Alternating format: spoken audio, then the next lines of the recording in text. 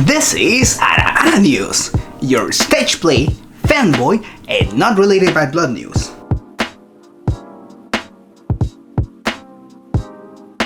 I had no idea that stage plays based on otaku culture were a thing.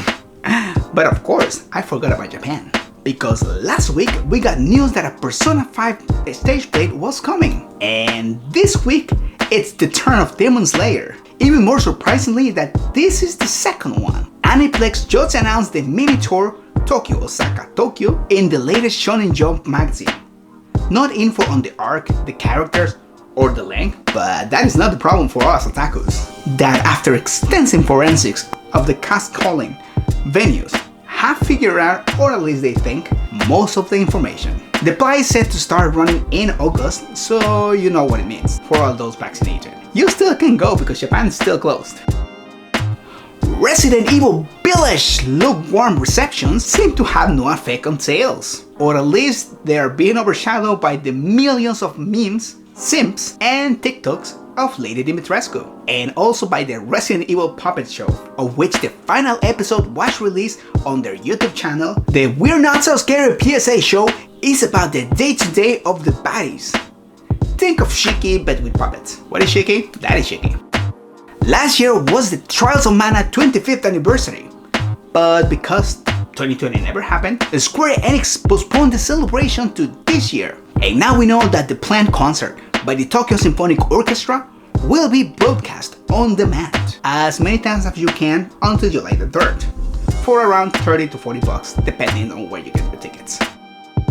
Oops, I spilled Full Metal Alchemist on your Final Fantasy, not that kind of Final Fantasy, is the newest collaboration from Brave Exvius,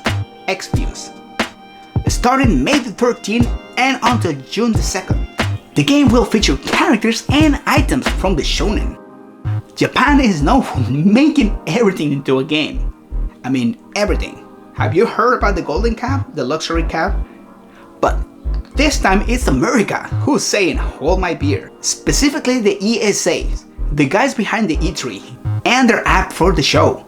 An app that not only will one-up the game on the virtual gold game, with virtual booths, floor spaces, video hostings, live streams, but will feature in-app ranking systems, leaderboards for all the users of the app. How you level up and defeat others congoers is still to be announced.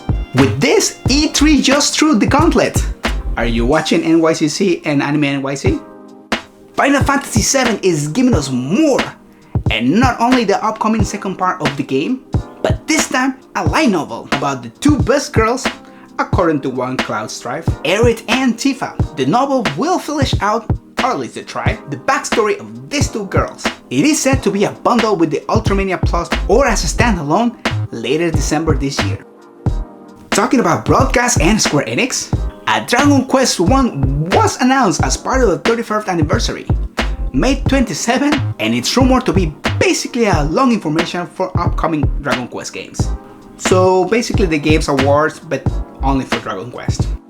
And apparently the cool kids were geeks all along, despite of the many times they bully you in high school. I think I'm watching too many teen dramas. And a lot of them are getting together to make the P25 album for Pokemon, and not because they just want to cash in. Katy Perry, Post Malone, J Balvin, amongst others. For now you can listen to Katy Perry's Electric Song. That's the name of the song, not my review of it. Quick round! New opening trailer for The World Ends With You, featuring the new Not Roxas. Come on, we all thought it. Netflix is helping develop a CGI Ultraman series, and it looks promising. So did The Way of the House Husband. The Final Fantasy exhibit is up for viewing online, with art like this Lego Crystallium. HoloLive VTubers can now stream Square Enix games legally. I just can't wait for Calliope, Gura, and Emilia to do a sing-along of Yuripa. The newest trailers of Netflix eating is up, and it looks insane. Girl from the Other Side Kickstarter reaches goal within a day and about 10 times the goal. Wit Studio promises extra goodies as thanks, like a digital copy of the first chapter. Kodansha is in need of printing 6 million more copies on top of what they expected of Tokyo Revengers manga, thanks to the epic success of the anime debut, simulcasting on Crunchyroll and Funimation. And this has been arra arra news, where the news are not related by blood. Don't forget to do the like, subscribe, and tell everybody you know.